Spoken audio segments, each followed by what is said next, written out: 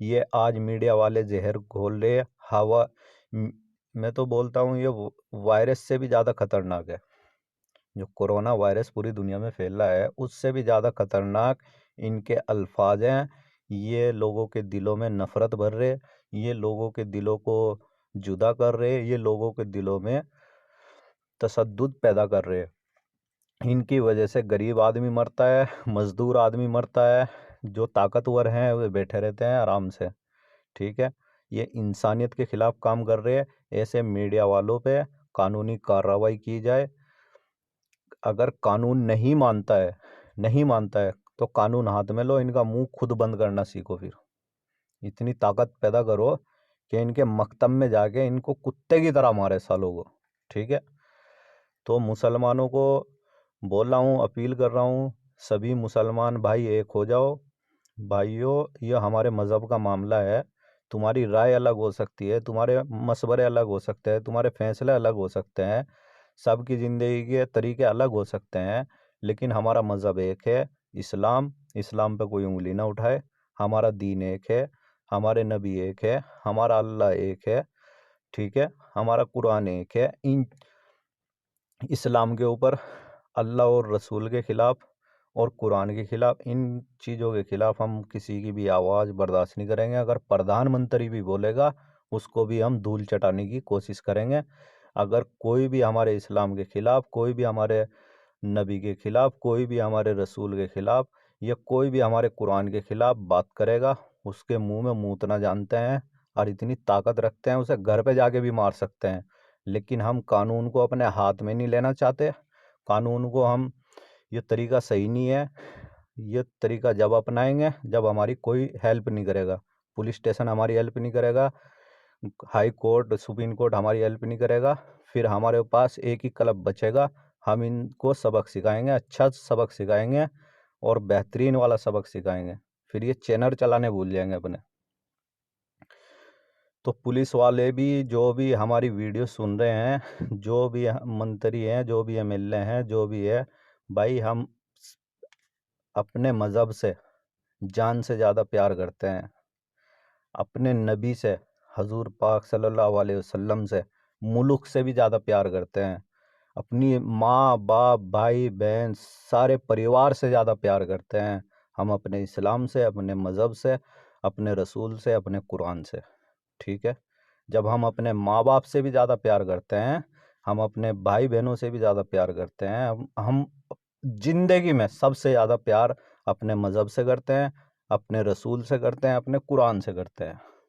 اگر اس کے خلاف کوئی بولے گا ہمارے سے برداشت نہیں ہوگا۔ ہم ہاتھ سے بھی طاقت یوز کرنا جانتے ہیں اور قانونی کارروائی بھی یوز کرنا جانتے ہیں۔ کوئی بھی ہماری ویڈیو سن رہا ہے اپنا آپ کو ساودھان کر لو۔ کوئی بھی کسی کے سامنے بکواس کرتا ہے اس کو ذرا سوچ سمجھ کے بولو، پہلے سوچو کیا بولنا ہے پھر اس کے بعد بولو، ٹھیک ہے۔